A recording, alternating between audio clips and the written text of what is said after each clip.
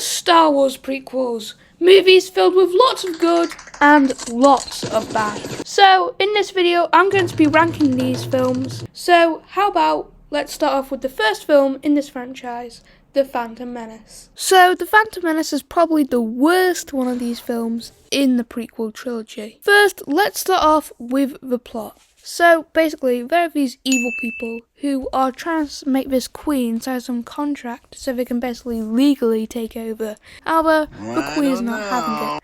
So these Jedi Knights come over and they take her to another planet to go get help.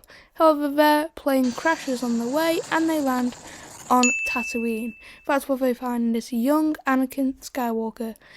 And they basically sense in him that he is a chosen one. He's going to bring balance to the Force.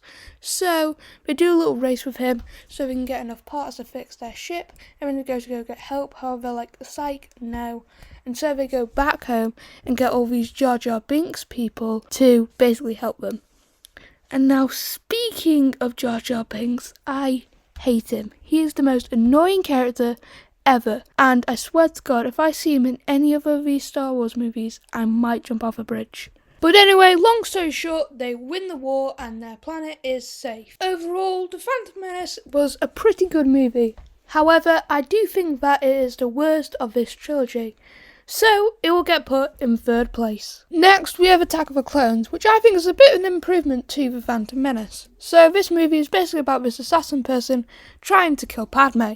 So Obi-Wan is sent to go track down this person while Anakin stays and protects Padme. And while he's protecting her, we actually have a little bit of a love story with the greatest line in Star Wars history. I don't like sand.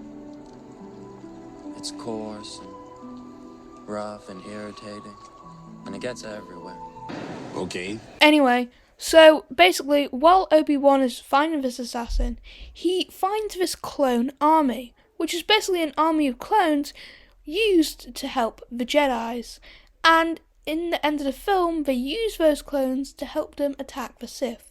However, the Sith guy called Count Dooku manages to get away. Anyway, so I think Attack of the Clones did a very good job at improving on The Phantom Menace.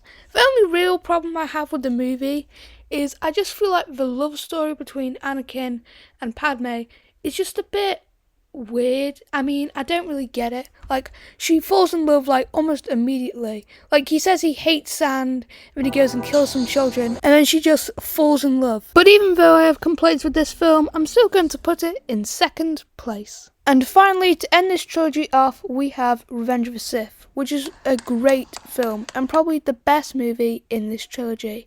So this movie is basically about Palpatine corrupting Anakin's mind, saying that if he joins the dark side, then he will be able to save lives.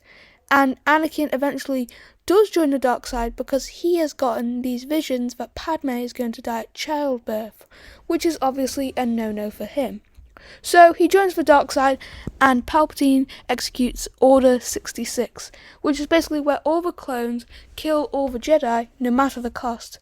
And this scene is just so good, like, it is just perfect. Anyway, but then Obi-Wan confronts Anakin about this, and they have an epic battle, where Obi-Wan eventually wins with the high ground, which causes Anakin to burn up, which makes Palpatine put him in the classic Darth Vader suit. Overall, this is the best Star Wars film in the prequel trilogy, so it gets number 1.